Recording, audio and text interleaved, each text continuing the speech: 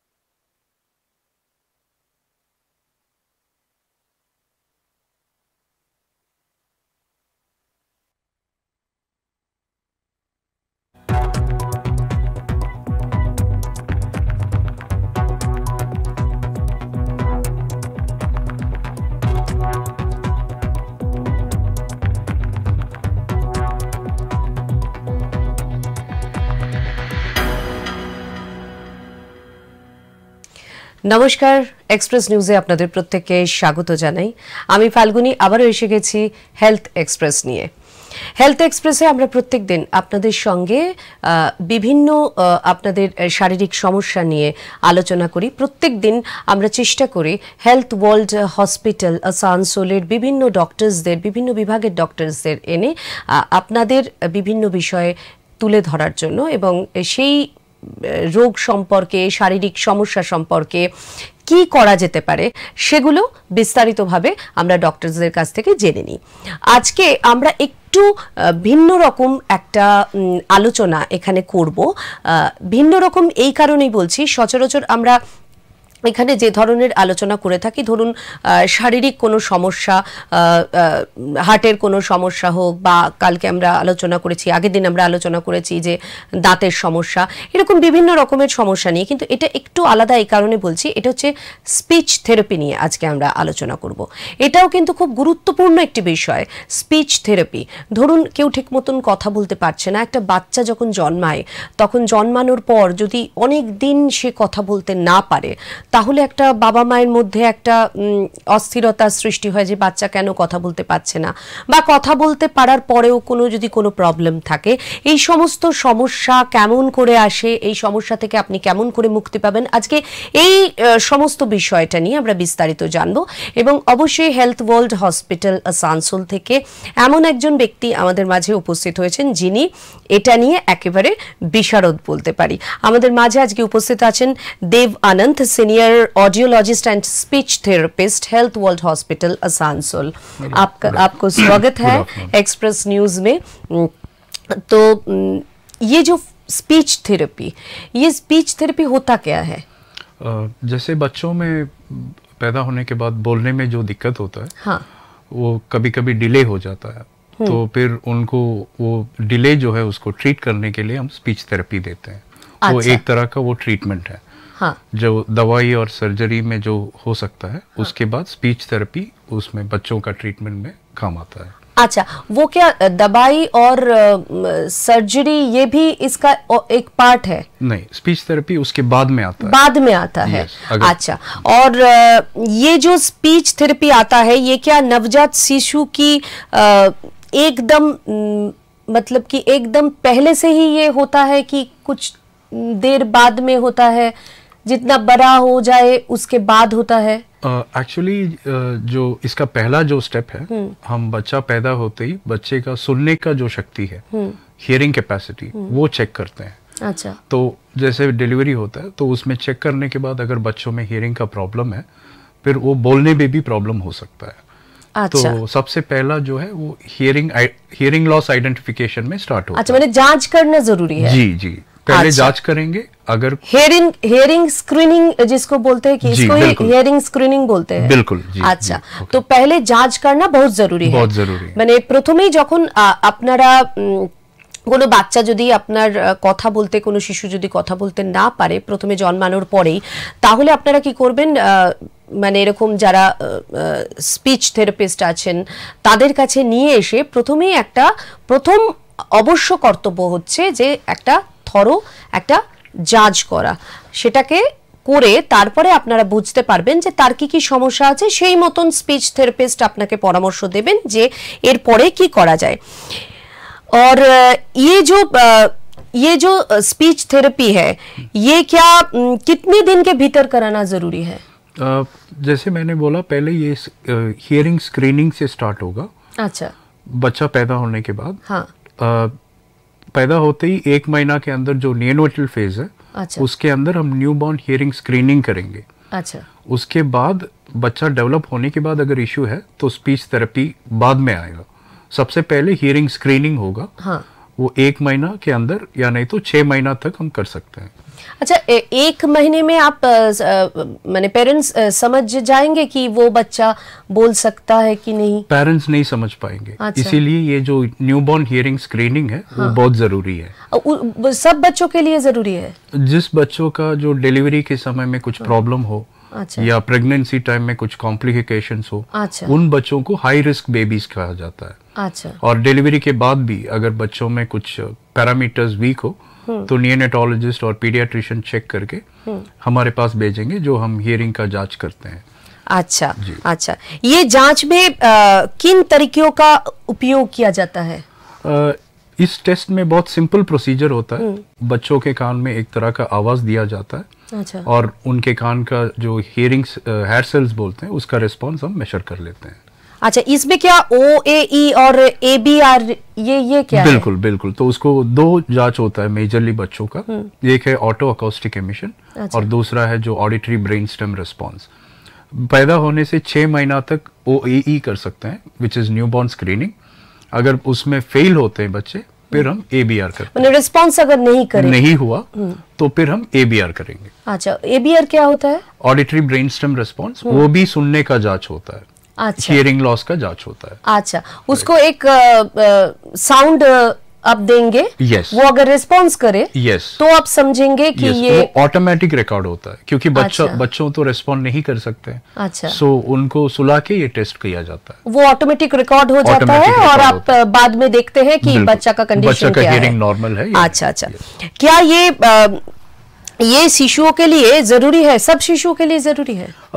As per world health organisation it is recommended to do, सारे बच्चों के लिए करना चाहिए। अच्छा। Which is universal hearing screening बोलते हैं। हाँ। लेकिन जनरली क्लिनिकल सेटअप में हाई रिस्क बच्चों में किया जाता है। अच्छा, जिनमें जोखिम होता है, कुछ प्रॉब्लम आइडेंटिफाई किया हुआ है प्रेगनेंसी टाइम में या नहीं तो डिलीवरी के टाइम। अच्छा, अच्छा, अच्छा। अगर स्क्रीनिंग में सुनने की समस्या आती है तो अगला कदम क्या होगा? अगर पहले स्क्रीनिंग में बच्चा टेस्ट फेल होता है तो ये नहीं है कि बच्चे को हियरिंग लॉस है, तो हम 3 महीना बाद दोबारा रिपीट करेंगे, वेरीफाई करेंगे। अगर कंफर्म्ड अगर हियरिंग लॉस आ रहा है, फिर हम 1 साल के अंदर फर्दर जो ट्रीटमेंट सर्जिकल अप्रोच जो होते हैं ENT सर्जन्स जो करते हैं, लाइक कॉक्लियर इम्प्लांट या नहीं तो हियरिंग एड फिटिंग, इस तरह का ट्रीटमेंट ऑप्शंस हम देखते हैं। उसके बाद स्पीच थेरेपी का भी बहुत इंपॉर्टेंट फैक्टर होता है। अच्छा, पहले एक बच्चा उसका जन्म हुआ, उसके बाद कोई प्रॉब्लम आता है या उसके आगे कुछ प्रॉब्लम है तो आप उसको हम स्पीच थेरेपिस्ट के लिए भेजते हैं। वो जांच करते हैं कि कुछ प्रॉब्लम है कि नहीं। फिर उसके बाद जो जांच करने से आपका प्रॉब्लम आएगा, बहुत प्रॉब्लम आएगा, तो आप सर्जरी के लिए भेजेंगे। यस। अच्छा, यही पूरा प्रोसेस है। हाँ, वो डिसीजन डॉक्टर्स डिसाइड करेंगे। अगर बच्चों का हियरिंग लॉस है, हाँ, तो उसका फर्दर ट्रीटमेंट जो है, जैसे कॉक्लियर इम्प्लांट हो, वो पीडियाट्रिशियन और ENT सर्जन डिसाइड करेंगे। अच्छा। और पहले इंपॉर्टेंट रोल जैसे ऑडियोलॉजिस्ट का रोल होता है, जो जांच करने का जी, उसमें अगर आइडेंटिफाई होते हैं, फिर वो बच्चे डॉक्टर्स से जो रिकमेंडेशन है वो करके फिर स्पीच थेरेपी के लिए आएंगे। वो नॉर्मली 1 साल के बाद स्टार्ट होता है। तो আপনারা শুনলেন যে এই যে প্রথম যে পরীক্ষাটা, এটা কিন্তু খুব দরকারি।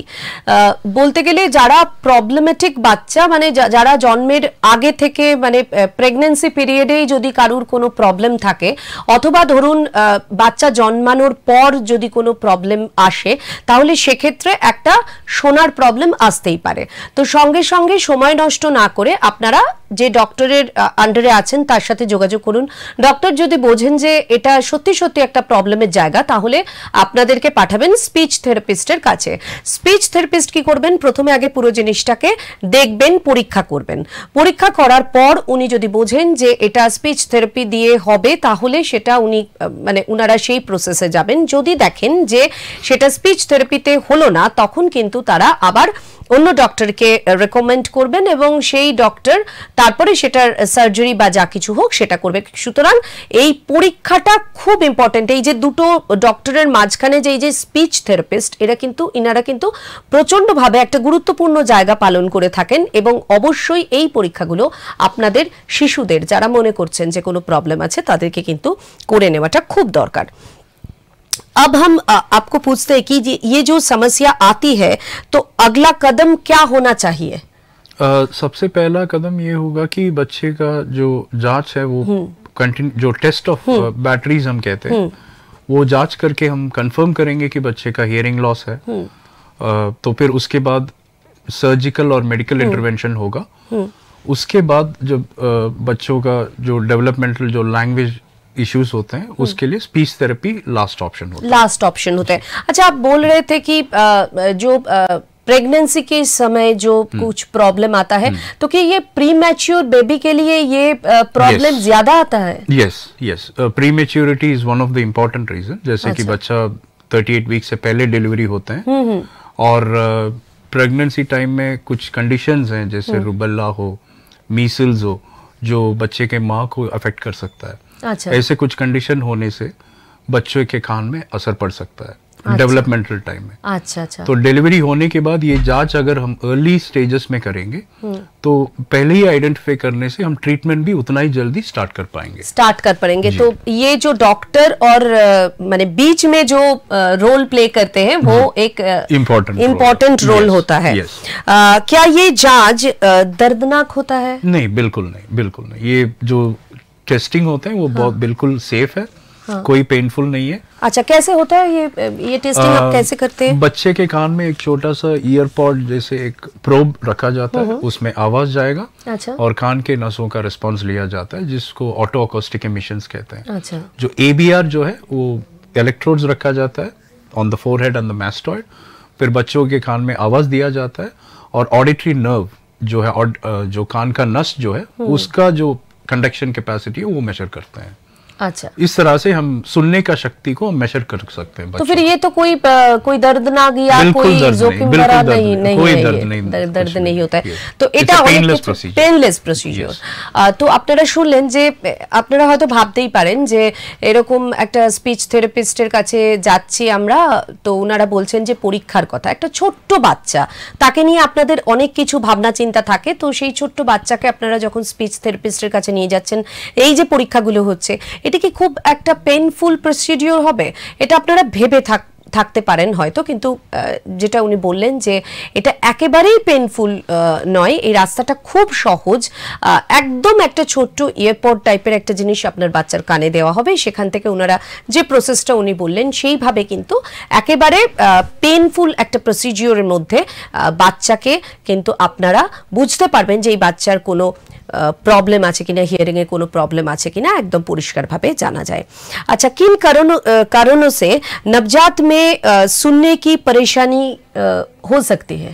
जैसे कि डिलीवरी टाइम में जैसे कंडीशंस होते हैं जो बर्थ एस्फिक्सिया कहा जाता है, जिसमें कुछ समय के लिए बच्चों को सांस ऑक्सीजन नहीं मिलता है। अच्छा। उसमें ब्रेन डैमेज हो सकते हैं। ऐसे कंडीशंस में बच्चे का ब्रेन डैमेज होने से उनका बोलने का शक्ति या सुनने का शक्ति या उनका इवन जनरल डेवलपमेंट जो है वो अफेक्ट हो सकते हैं। अच्छा।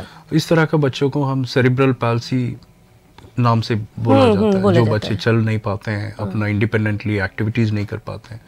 तो ऐसे बहुत सारे कंडीशंस हैं। उसके जो भी कंडीशन हो, सारे जिस तरह के जो प्री मैच्योर बेबीज हो या हाई रिस्क बेबीज जो भी है उस कैटेगरी में जो आते हैं, उनको ये जांच करना बहुत जरूरी है।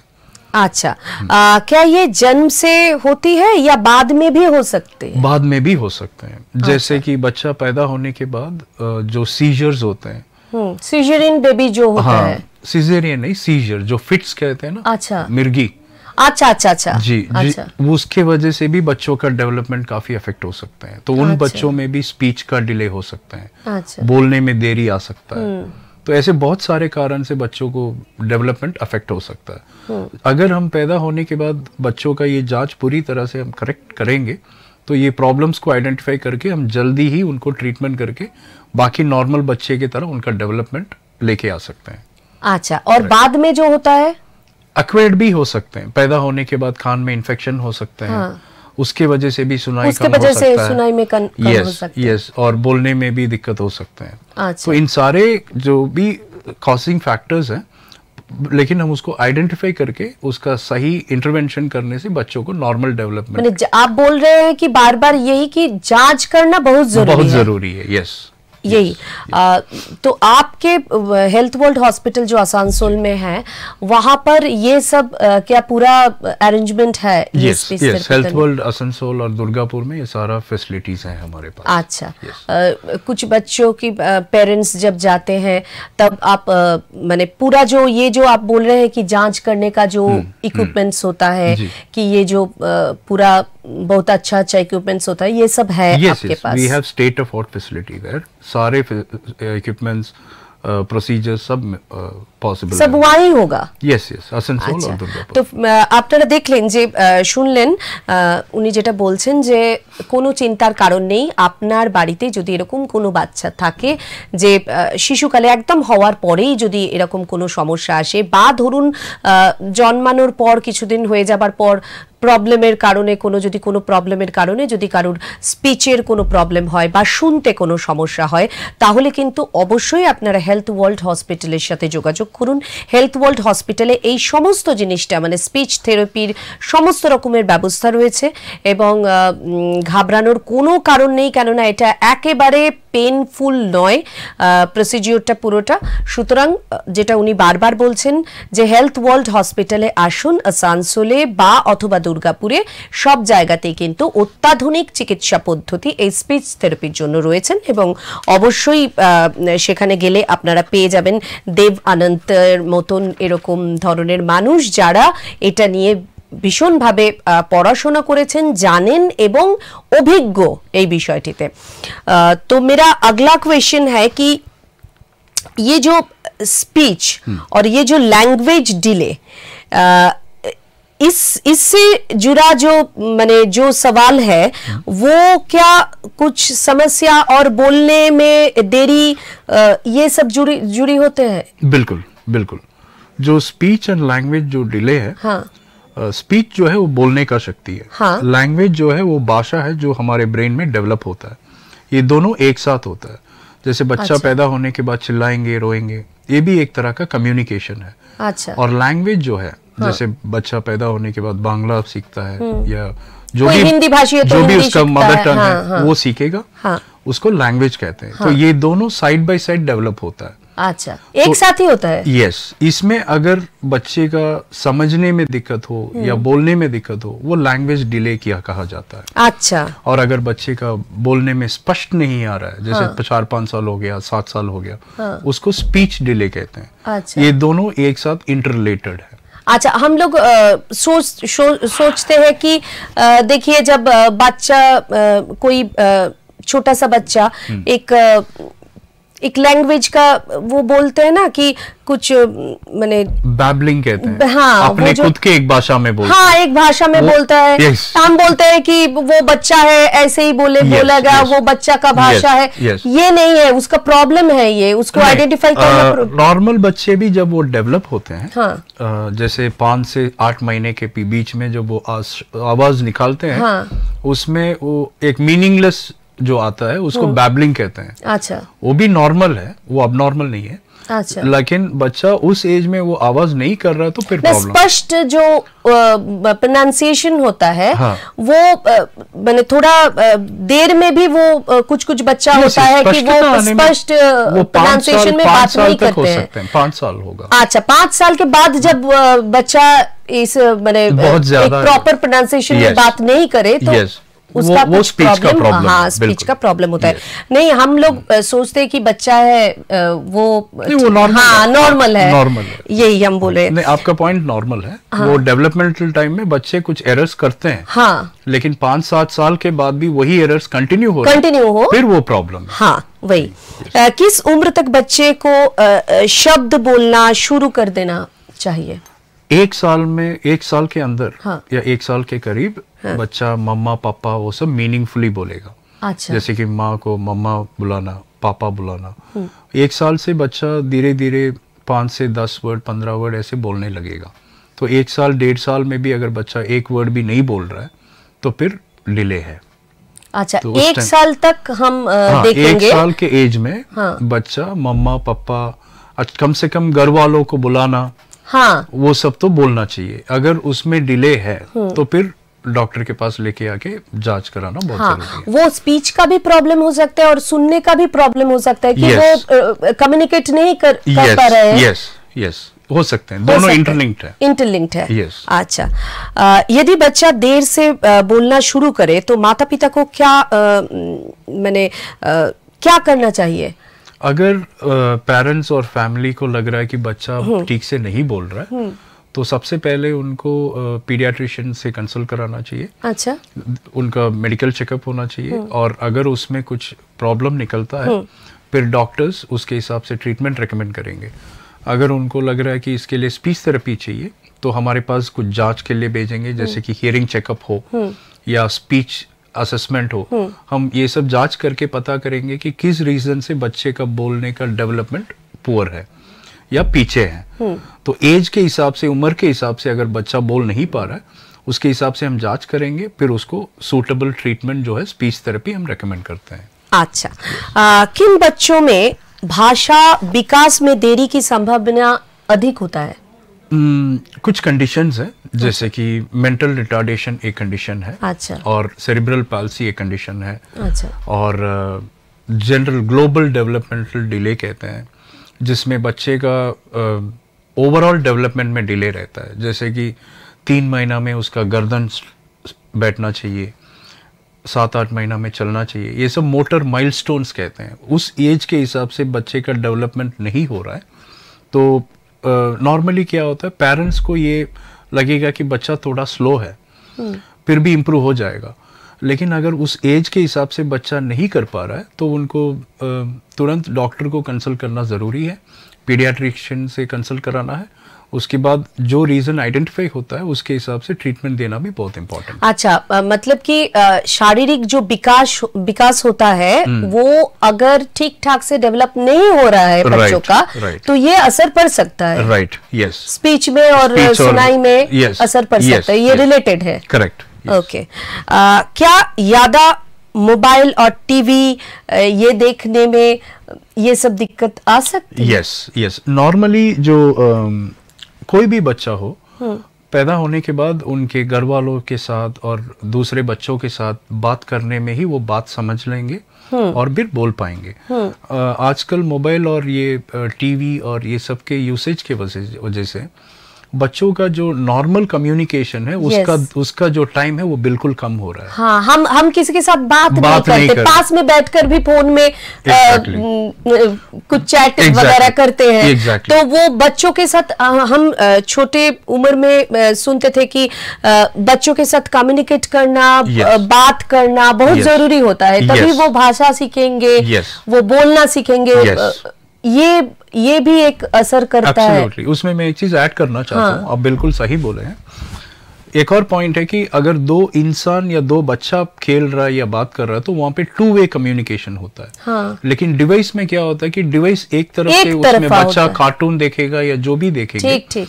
उसको एक्टिवली पार्टिसिपेट करने का जरूरत नहीं है, बच्चा सिर्फ एक साइड से रिसीव कर रहा है। ठीक। तो उसमें बच्चे का बोलने का जो कैपेसिटी है वो उसमें अफेक्ट पड़ सकता है। ठीक, एक दोस्त के साथ या माँ के साथ या पापा के साथ जब बात करते हैं तो एक कम्युनिकेशन होता है।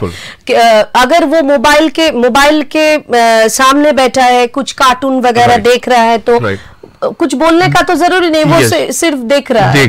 तो এটা খুব একটা इम्पोर्टेंट কথা। तो फिर हमारा जो लाइफस्टाइल है वो भी असर करता है इसमें। एब्सोल्युटली, बिल्कुल।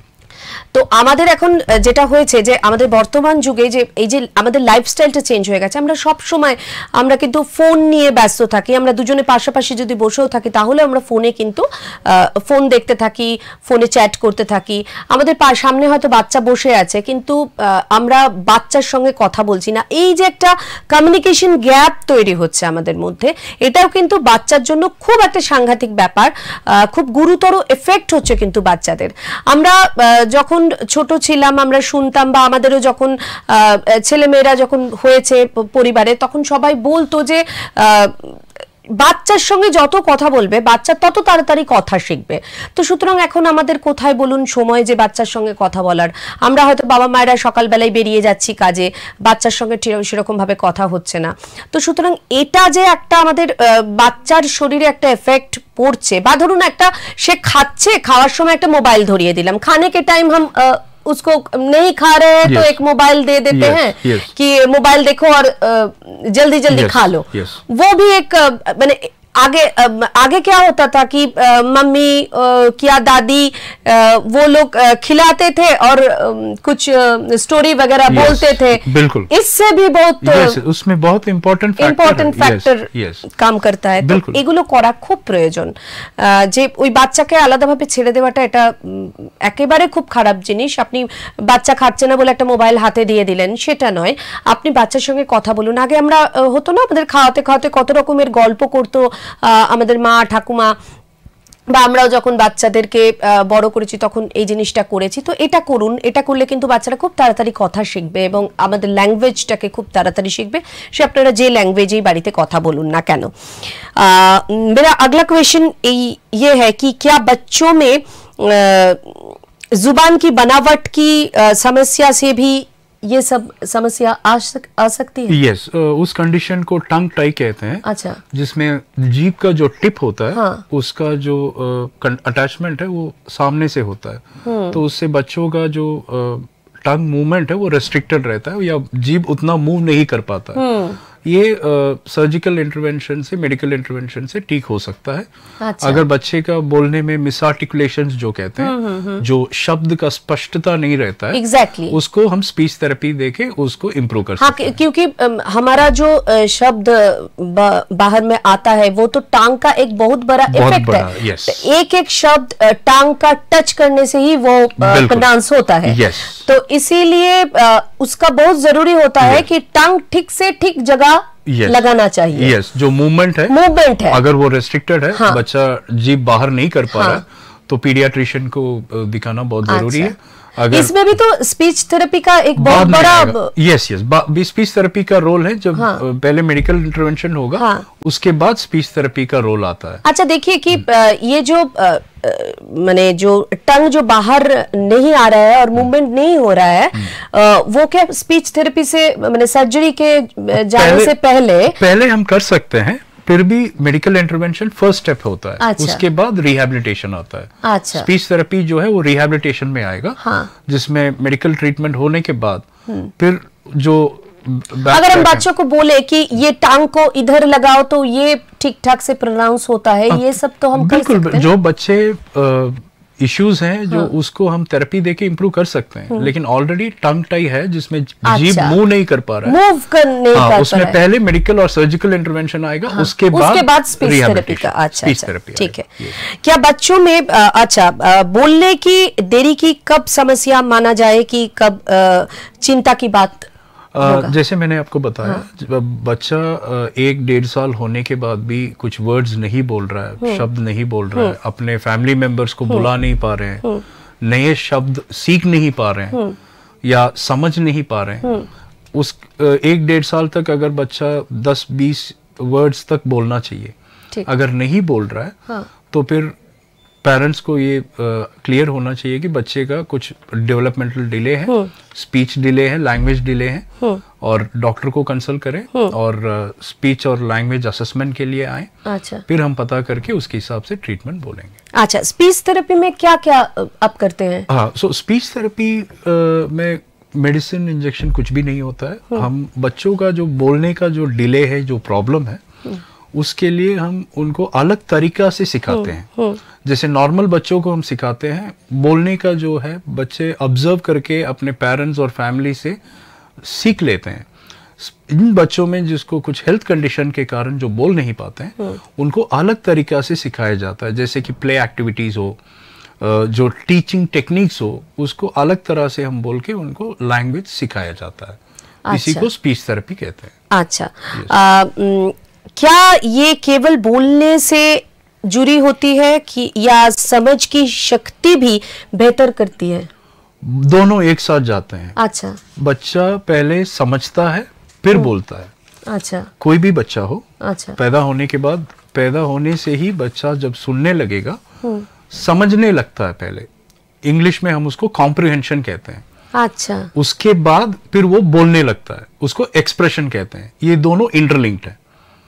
पहले सुनना चाहिए, सुनाई नॉर्मल हो, उसके बाद कॉम्प्रिहेंशन जो है समझना उसके हिसाब से डेवलप हो, फिर एक्सप्रेशन जो बोलने का शक्ति है वो आएगा।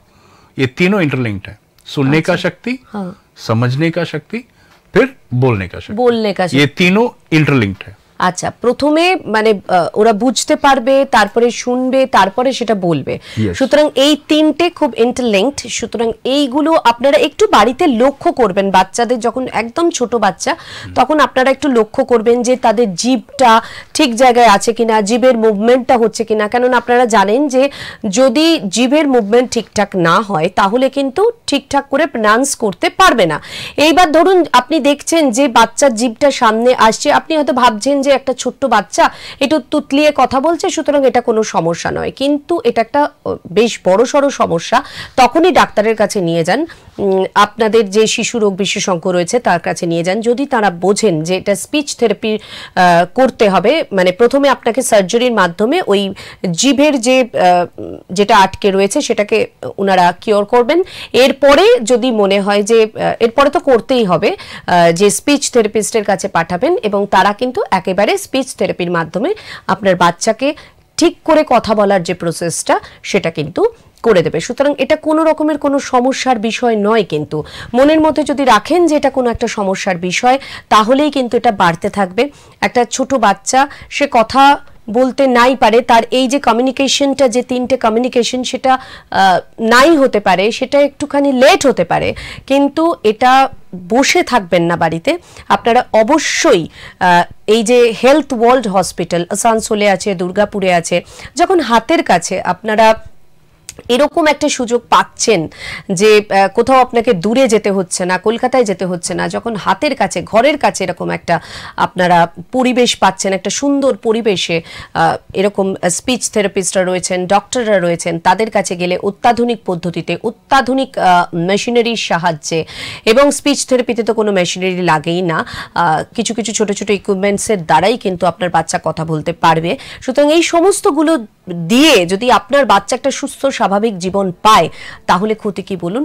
আপনারা অবশ্যই অবশ্যই আবারও বলি যে হেলথ ওয়ার্ল্ড হসপিটাল আসানসোলে অথবা দুর্গাপুরে এসে যোগাযোগ করুন। যদি আপনার বাচ্চার এরকম কোনো সমস্যা হয়ে থাকে, একেবারে কিন্তু সেই সমস্যা থেকে আপনারা নিষ্কৃতি পাবেন। अच्छा, ये जो थेरेपी होता है ये किस उम्र में दिया जाता है? हम उसको 1-1.5 साल से ही स्टार्ट कर सकते हैं। अच्छा।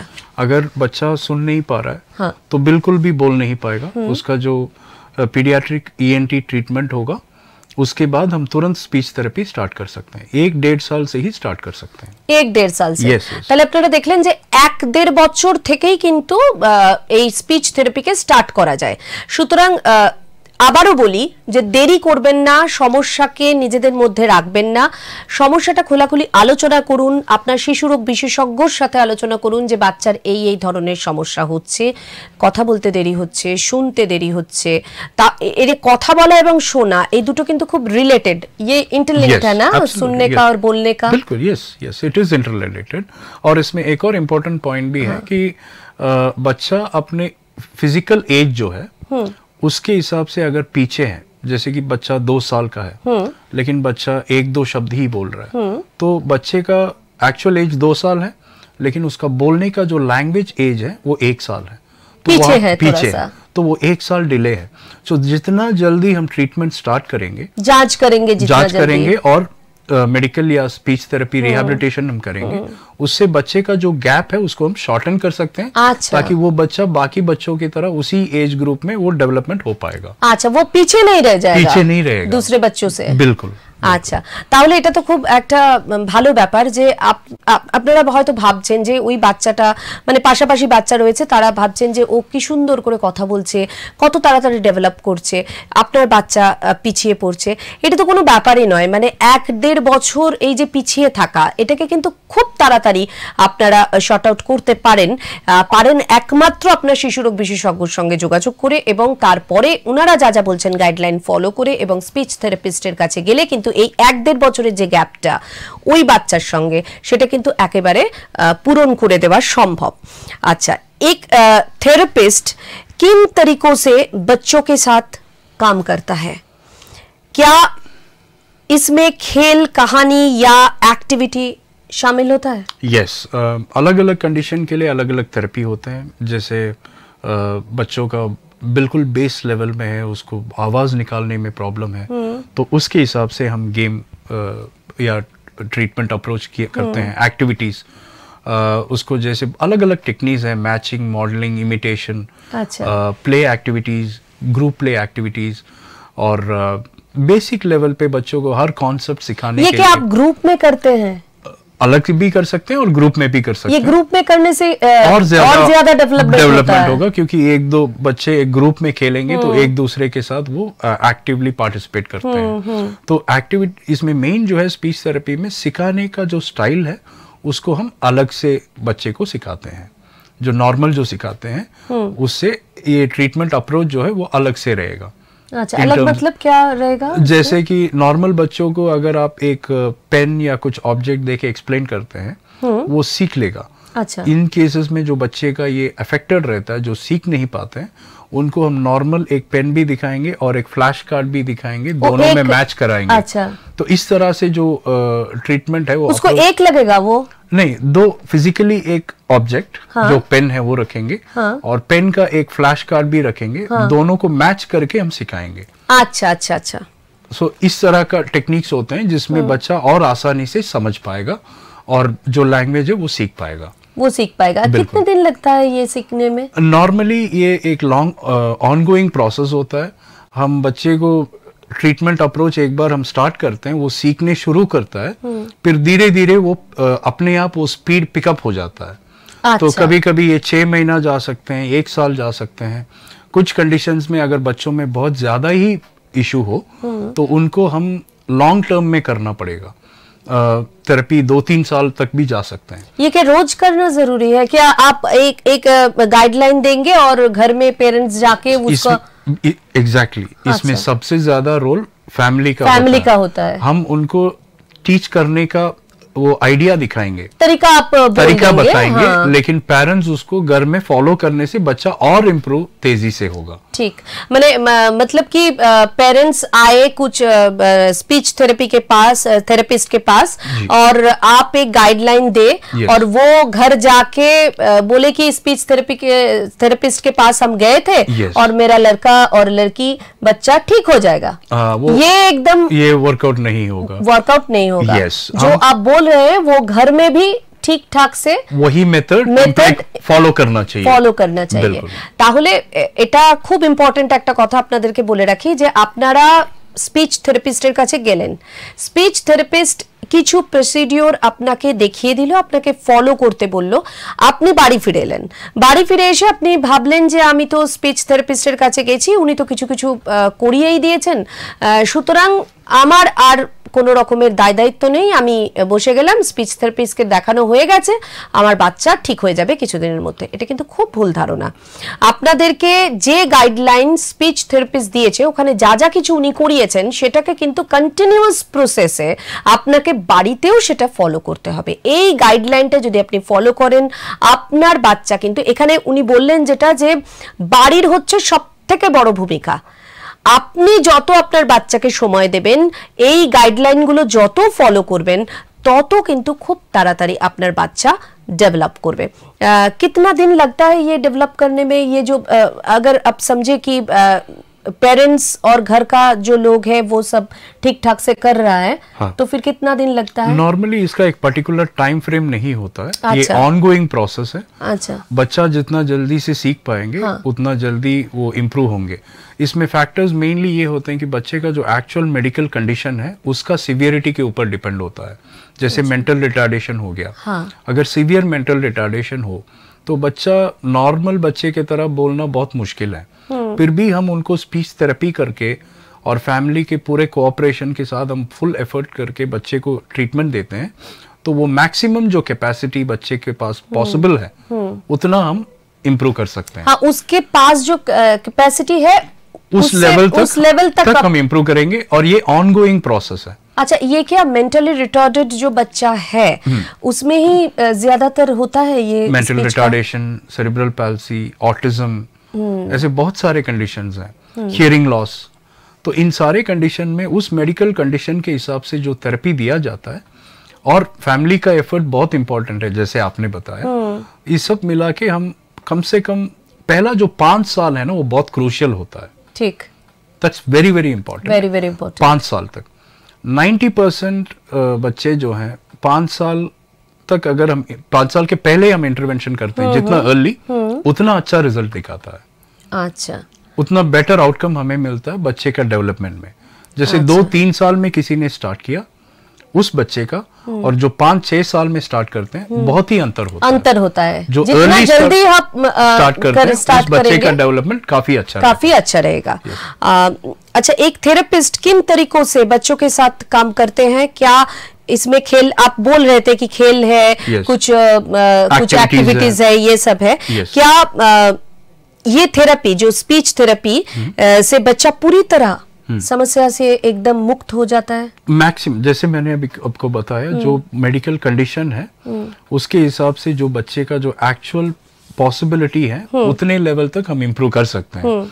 कुछ कंडीशंस में मेरा एक्सपीरियंस है, जो बच्चे का बिल्कुल 90% हियरिंग लॉस था, सुनने में प्रॉब्लम था, लेकिन बहुत ही कम उम्र में उस बच्चे का हियरिंग एड या कॉक्लियर इम्प्लांट लगाने से बच्चा बिल्कुल नॉर्मल बच्चे की तरह बोल पाते हैं, क्योंकि बहुत अर्ली ही 1-1.5 साल में उसका ट्रीटमेंट हुआ और उसी टाइम से स्पीच थेरेपी भी हुआ, तो वो बच्चा बिल्कुल नॉर्मल बच्चे की तरह बोल पाते हैं। 100% जो है वो हम गारंटी नहीं कर सकते हैं, बट ये है कि बच्चे का जो अवेलेबल कैपेसिटी है उसमें मैक्सिमम हम उस बच्चे को इम्प्रूव कर सकते हैं। अच्छा, ये बोलिए तो कि ये जो बोलना और सुनना, जो बच्चा बोल पाता है वो सुन भी पाता है, या इसमें कुछ है कि बोलना और सुनने में एक साथ इंटरलिंक है? बच्चा सुनना चाहिए, अगर सुनाई में प्रॉब्लम है तो बच्चा बोल नहीं पाएगा। अच्छा, ये मैंडेटरी बने, सुनना जरूरी है। जो बच्चे आप देखेंगे जो सुन भी नहीं सकते, बोल भी नहीं सकते हैं, उनमें मेन प्रॉब्लम ये है कि वो सुन नहीं पा रहे हैं, इसीलिए वो बोल नहीं पाए। अगर सही टाइम में उनका जांच करा के उसका कान का सुनाई का ट्रीटमेंट किए होते तो वो बच्चा सुन पाएंगे, फिर वो बोल भी पाएंगे। अच्छा, सुनना बहुत जरूरी है, ये बहुत इंटरलिंक्ड है। और जो बोल पाते हैं वो क्या सुन भी पाते हैं? नॉर्मली वो बिल्कुल अलग होता है। इन केसेस में जो बच्चा नॉर्मली सुन पाता है लेकिन कुछ और कारण की वजह से वो बोल नहीं पाएगा, अच्छा, तो उस कंडीशन में हम उस रीजन को आइडेंटिफाई करके उसको हम ट्रीटमेंट देते हैं। আচ্ছা, ये মানে বলার জন্য শোনাটা কিন্তু প্রচন্ড ভাবে দরকার। তাহলে আপনারা আগে এটা দেখবেন যে সে শুনতে পাচ্ছে কিনা। যদি সে শুনতে পায় তাহলে সে কিন্তু বলতে পারবে। এটা কিন্তু দুটো একেবারে পরিপূরক। যদি শুনতে পায় বাচ্চা তাহলে কিন্তু সেই বাচ্চা বলতেও পারবে। তাহলে যদি কোনো বাচ্চা বলতে না পারে, মানে দেরি হয় বা বলতে না পারে, তাহলে কিন্তু তার এটা ধরে নিতে হবে যে শোনার একটা প্রবলেম তার রয়েছে। তাহলে সেক্ষেত্রে আপনি ফার্স্টে আপনার শিশুরোগ বিশেষজ্ঞের সঙ্গে যোগাযোগ করুন। তারপরে তারা যদি মনে করেন যে মানে ইএনটি কোনো ডক্টরসের সাথে কনসাল্ট করবেন, তখন পেডিয়াট্রিশিয়ান, স্পিচ থেরাপিস্ট তখন তারা কিন্তু এই জিনিসগুলো সমস্ত কিছু আপনাকে বলে দেবেন এবং বলে দেওয়ার পরে যে রকম ভাবে ট্রিটমেন্টের পুরো ব্যাপারটা হবে সেটা কিন্তু ওনারা করে দেবেন। এবং বারবার বলছি যে হেলথ ওয়ার্ল্ড হসপিটাল আসানসোল হোক বা দুর্গাপুর এই সমস্ত জিনিসের জন্য ভীষণ মানে একটা বলতে পারেন যে একটা যুগান্তকারী একটা পদক্ষেপ নিয়েছে। अच्छा इसके ये जो लोगों के बीच में जो ये जो सचेतनता का एक वार्ता हम देते हैं तो ये क्या आप करते हैं ये जो प्रोग्राम्स वगैरह कुछ? यस, हमारे हॉस्पिटल में ये सब है। जो आप अगर किसी को इन्फॉर्मेशन चाहिए तो हमारे हॉस्पिटल आसनसोल हेल्थ वर्ल्ड या दुर्गापुर हेल्थ वर्ल्ड में कांटेक्ट करके आ सकते हैं। अच्छा, ये भी तो जरूरी है कि ये पब्लिक अवेयरनेस तो बहुत जरूरी होता है कि हम ये जो प्रॉब्लम्स होता है ये हम मैंने इग्नोर कर जाते हैं। इसमें भी ये प्रॉब्लम बढ़ जाता है। आपका पॉइंट बहुत इम्पोर्टेंट है कि इस कंडीशन में क्या होता है कि अवेयरनेस एक बहुत बड़ा प्रॉब्लम है। पेरेंट्स या फैमिली को लगता है कि बच्चा थोड़ा स्लो है, बोल देगा, ये नॉर्मल है, 1 साल बाद देखेंगे, 2 साल बाद देखेंगे। ऐसे जो क्रूशियल टाइम है जो पैदा हो के जो 5 साल के अंदर उस क्रूशियल टाइम को मिस कर देते हैं। ठीक, कभी कभार ऐसा होता है कि 5-7 साल बाद 10 साल में आते हैं जब ट्रीटमेंट पॉसिबल नहीं होता है, करने से भी उतना इम्प्रूवमेंट नहीं होता है। अगर 1-2 साल में अगर आप ट्रीटमेंट स्टार्ट करेंगे या 2-3 साल में उस बच्चे का इम्प्रूवमेंट जो हो काफी अच्छा होता है। अच्छा, सो अवेयरनेस करना बहुत जरूरी है। Public awareness is very public awareness যেরকম দরকার সেরকম বাবা মায়েদের অ্যাওয়ারনেসটাও পেরেন্টসদের অ্যাওয়ারনেসটাও খুব দরকার। তো आप पेरेंट्स को क्या बोलेंगे?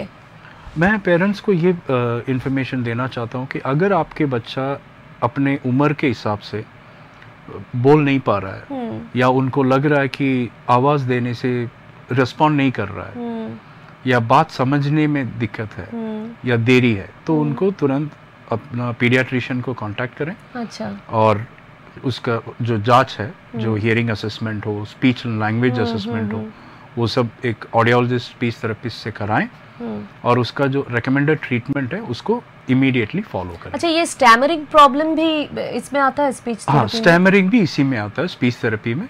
और वो नेक्स्ट लेवल में आता है, जैसे कि डेवलपमेंटल लेवल में नहीं आएगा, बाद में आएगा। जैसे बच्चा 10-12 साल के बाद, एज जब 10-12 के बाद होता है जब वो स्टटरिंग जो कहते हैं, जो स्टैमरिंग जो है वो इश्यूज आइडेंटिफाई होगा तो उसके लिए भी स्पीच थेरेपी कर सकते हैं। अच्छा, वो क्या माने एकदम एक बच्चा का स्टैमरिंग और ये जो बड़ा कुछ लोगों का माने एज ज्यादा हो जाता है तो उसका स्टैमरिंग प्रॉब्लम, इसमें कोई अंतर होता है? बिल्कुल, बच्चों में जो है उसको हम स्टैमरिंग नहीं कह सकते हैं, वो डेवलपमेंटल डिले कहा जाता है। अच्छा, 10-12 साल के बाद जब वो बच्चा स्पष्ट नहीं बोल पाता है उसको हम स्टटरिंग या स्टैमरिंग कहते हैं या आर्टिकुलेशन डिसऑर्डर कहते हैं। अच्छा, तो उस एज ग्रुप के हिसाब से उसका डायग्नोसिस होता है। इसका कोई मेंटल कुछ माने कनेक्शन है?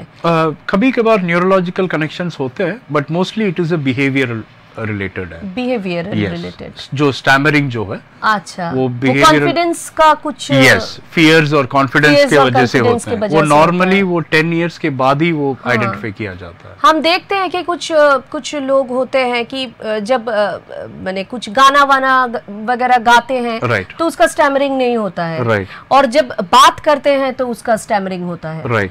ये भी तो इसके लिए हम पूछ रहे हैं कि ये कुछ मेंटल प्रॉब्लम है? और यस, जो आप बिल्कुल सही कह रहे हैं। बच्चे का जब सिंगिंग करते हैं उस टाइम में स्टैमरिंग नहीं आता है, लेकिन जब बोलते हैं उस टाइम में अटकता है। यस, ये भी एक बिहेवियरल और फियर रिलेटेड कंडीशन है जो थेरेपी से बहुत अच्छा इंप्रूवमेंट आएगा बच्चों में। अच्छा, ये भी स्पीच थेरेपी का ही पार्ट है। हाँ, ये क्या कुछ एज लिमिटेशन है कि ये एज के बाद ठीक नहीं होगा कि नहीं, उसमें कोई एज लिमिटेशन नहीं है। कभी भी अगर आप कोई स्पीच थेरेपिस्ट के पास जाता है तो वो एक प्रोसीजर से आप ठीक कर दे। यस, मेजरमेंट करेंगे, उनको असेस करेंगे, फिर उसके हिसाब से उनको टेक्निक्स बताएंगे जो वो प्रैक्टिस करने से वो फ्रीली बोल पाएंगे। तो एक टेक्निकल माने मॉडिफिकेशन होता है। बिल्कुल। अच्छा, उसमें से वो इम्प्रूव हो जाएगा, जो अटकता है वो क्लियर हो जाएगा, वो फ्रीली बोल पाएंगे। তো এরকমও যদি কারোর সমস্যা থেকে থাকে, যদি ধরুন আপনার বাচ্চা হোক বা আপনারা বড়রাও যদি হয় যে কথা বলতে গেলে আটকে যায়, ধরুন অন্য কোনো রকমের অ্যাক্টিভিটিস করতে গেলে মানে কথা আটকায় না, কিন্তু মানে ধরুন কারোর সাথে আপনি কথা বলছেন তখন গিয়ে আপনার কথাটা আটকে যাচ্ছে, তাহলে কিন্তু ছোট বাচ্চাদের ক্ষেত্রে এক ধরনের প্রবলেম এবং বড়দের ক্ষেত্রে আরেক ধরনের প্রবলেম, সেটা কিন্তু উভয় ক্ষেত্রেই কিন্তু সেটা সমস্যার সমাধান করা যায়। এবং এই সমস্যাটার সমাধান করতে গেলে মানে আপনাদেরকে কিন্তু অবশ্যই স্পিচ থেরাপিস্টের কাছে আসতে হবে। এটার কোনো এজ লিমিটেশন নেই, বাচ্চাদের ক্ষেত্রেও যেরকম ভাবে আপনারা করতে পারবেন ঠিক সেরকম ভাবে বড়দের ক্ষেত্রেও করতে পারবেন, এটার কোনো এজ লিমিটেশন নেই। যদি আপনার এরকম কোনো সমস্যা থেকে থাকে তাহলে অবশ্যই আপনারা স্পিচ থেরাপিস্টের কাছে আসুন এবং এই সমস্ত সমস্যাগুলো একেবারে খুব চটজলদি কিন্তু সমাধান হতে পারে। এটা একেবারে পেনফুল নয় এবং এগুলোকে ইগনোর করার মতোও কিন্তু একেবারে কারণ নয়। তো আমরা এতক্ষণ কথা বলছিলাম হেলথ এক্সপ্রেসে হেলথ ওয়ার্ল্ড হসপিটালের যিনি senior audiologist and speech therapist Dev Anant, তার সঙ্গে কথা বলছিলাম। एक्सप्रेस न्यूज़ में आने के लिए आपको बहुत बहुत धन्यवाद। बहुत जानकारी आप दिए और दर्शकों को हम बहुत ये स्पीच थेरेपी के बारे में हम जानकारी दे सके, तो इसके लिए मैनी थैंक यू। धन्यवाद আপনাদেরকেও, কেননা এত কিছু শোনার জন্য আপনারা প্রত্যেক দিন এই হেলথ এক্সপ্রেসে অধীর অপেক্ষায় থাকেন হেলথ এক্সপ্রেসের, এবং আমরাও চেষ্টা করি যে বিভিন্ন সমস্যার সমাধান নিয়ে আপনাদের কাছে উপস্থিত হব, কিন্তু আজকে একেবারে সময় কম, সুতরাং শেষ করতেই হবে। আবার দেখা হবে হেলথ এক্সপ্রেস নিয়ে এবং অন্য কোনো সমস্যা নিয়ে, তার সমাধান নিয়ে। আজকের মতো এ পর্যন্তই। খুব ভালো থাকবেন, সুস্থ থাকবেন। নমস্কার।